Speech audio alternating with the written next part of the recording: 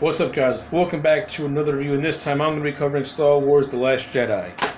This review is almost a year in the making. I had originally done a non-spoiler first impressions review when this movie first came out, but as the year went on, and as I've had multiple viewings of this film, the high praise I gave it has steadily and fastly declined into very negative praise.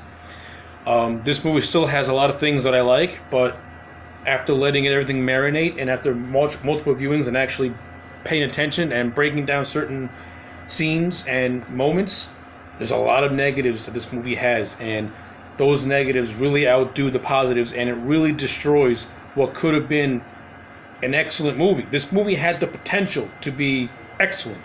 Instead, it's just above average, and it's good, but it could have been so much more. And I'm going to do my best to illustrate my opinions the best way I possibly can. I'm going to tell you the things that I like, and I'm going to go down the list of things that I don't like. This review, I'm going to try and make it as short as I possibly can, and I'm going to try and be as coherent as I possibly can, but be forewarned, there's going to be a lot of jumping around. So let's get right into this thing. Let's start off with the good. The good.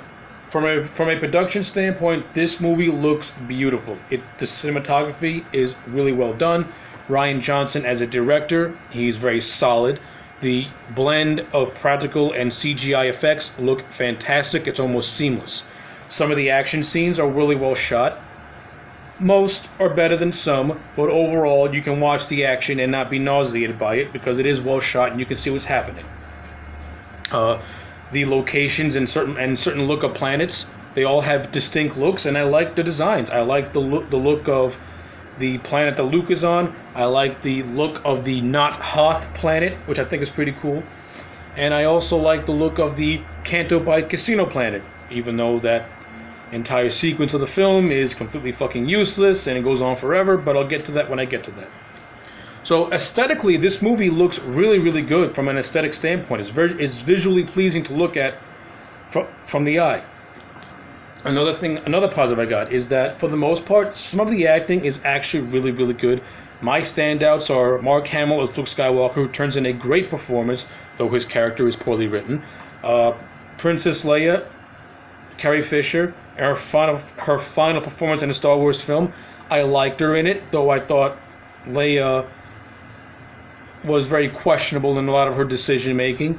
Poe Dameron, played by Oscar Isaacs, great performance, though his character was completely wasted. John Boyega as Finn, I like Finn, but again, as the acting is for Finn is fine, even though his character was completely wasted in this movie.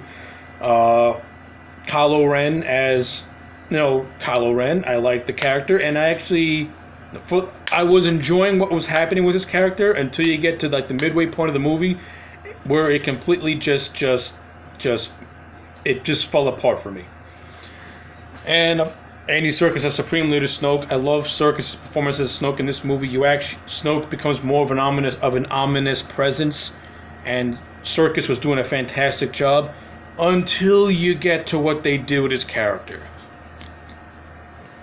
So yes, this movie is very lopsided right now because while the acting of these characters was great, what they did with them from a story standpoint was not great. And now we're going to transition to those negatives. Let's kick it off. This movie character portrays Luke Skywalker in the worst way possible. Luke Skywalker, no matter what, he would never abandon his friends. He would never kill his family members. Luke would only kill if he knows that he cannot save you, and if he exhausted every single option he had and he still couldn't save you, then he would make that ultimate decision to take you down because he knows that there's no saving you. This movie, Luke has one bad vision. Luke has one bad nightmare, and he says to himself, I can't save my nephew. Then he goes to kill him. Really. Luke would not get scared over one little nightmare. What the fuck you doing, Rian Johnson? Not only that, Luke would never abandon the fight to disappear and die on a planet. When in the last movie, he left the rebels a map to find them if they needed to. This movie completely retcons all that. And for what? They want to subvert expectations.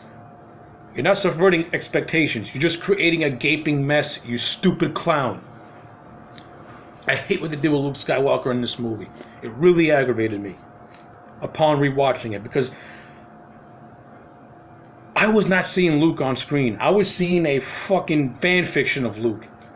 No, I want to see the Luke Skywalker I know and love. The Luke Skywalker that will exhaust every single thing he can to try and save you. And if he absolutely can't save you, he will make that ultimate decision to take you down. That's the Luke Skywalker I need. That's the Luke Skywalker I wanted. That's the Luke Skywalker we didn't get. Not only that, we did not even get a scene where he mourns the death of Han Solo, his best friend. Right there was a big red flag. Luke Skywalker in this movie, aggravation. Another point of aggravation, I did not like Rey in The Force Awakens, and I don't like Rey now. Rey doesn't do a goddamn thing to me. She is a blank slate of nothingness. Not only is she a blank slate of nothingness, we find out that she comes from nothing. So in addition to being nothingness and to being a blank slate of no charisma, she's also just a bum. She's nothing. And Daisy Ridley, you did not impress me at all with this performance. I've seen you in Ori and the Midnight Express. You're okay in that. But your performance as Rey, you're just not good, honey. I don't like you. I don't like you. You have no charisma to me. And Rey, she's a terrible character. Was poorly written in The Force Awakens. And that poorly written character continues to be even more poorly written in this movie. She has nothing to overcome. This movie brings up, tried to trick me into thinking that maybe her and Rey will join forces, but it was nothing. It all led to nothing. Your one chance to make Rey interesting, and you did not even attempt to do it. You suck. You flat out suck. If I was writing this movie, I would reverse Ren and Kylo Ren. I would reverse Rey and Kylo Ren. And Kylo Ren. What am I saying Rey for? Jesus fucking Christ. I would reverse Ren and Rey, because Rey acts more like a villain, while Kylo is more of this tortured guy who doesn't know what the hell he wants to do. Speaking, and let's go on to Kylo Ren. Why am I? God damn it! See, this movie should have made Rey a villain and called her Kylo Rey, and along with Kylo Ren. Instead of calling him Kylo Ren, call him Kylo Ben. I don't know. I'm losing my train of thought. This movie's starting to aggravate me. Okay, so the stuff we do with Kylo Ren. They had this thing where like their minds were being bridged together by Snoke, and Rey and Ren were having conversations and talking to each other, and Ren was trying to seduce Rey to join him. Why you did not pull the trigger on that is beyond me. You had one chance to make Rey remotely interesting, and you chose to continue to make her this blank canvas of boredom. Congratulations, you suck and you fail at writing. Quit now. I don't like you. Let's get on. Yeah, that's all I got to say. Let's get on to Supremely, and the stuff with fucking Luke and Ren was also completely fucking stupid. But I covered that when I was ranting about Luke's character. Let's get on now to Supreme Leader Snoke.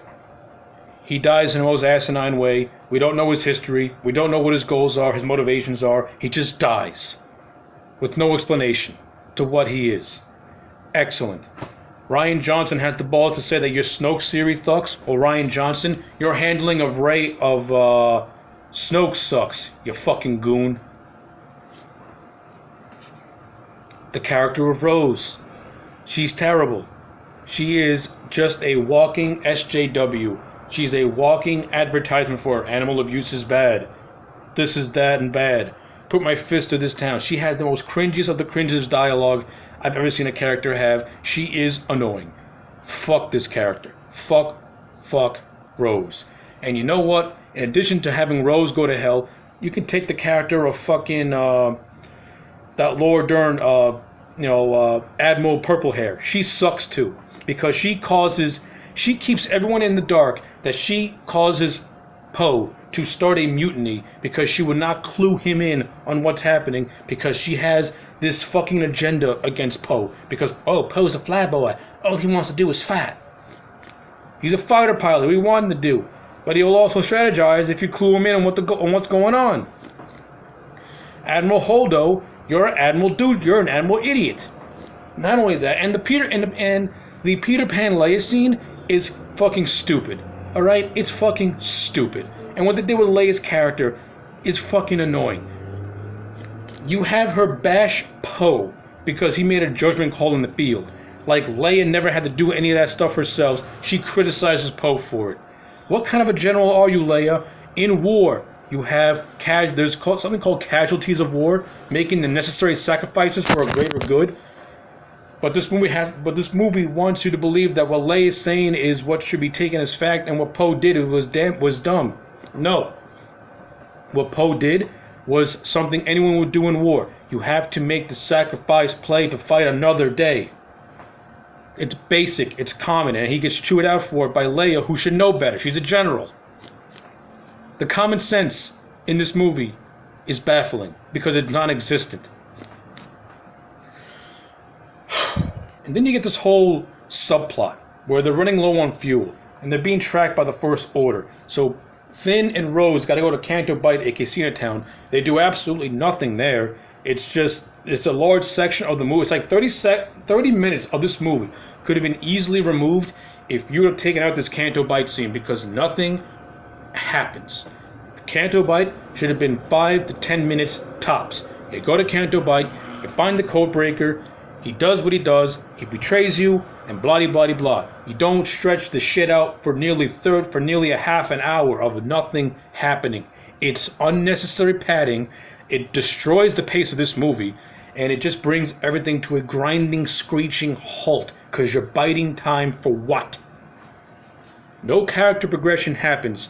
No character advancement happens. No story progression happens. And at the end of all of it, you find out that the codebreaker was already being paid by the First Order anyway.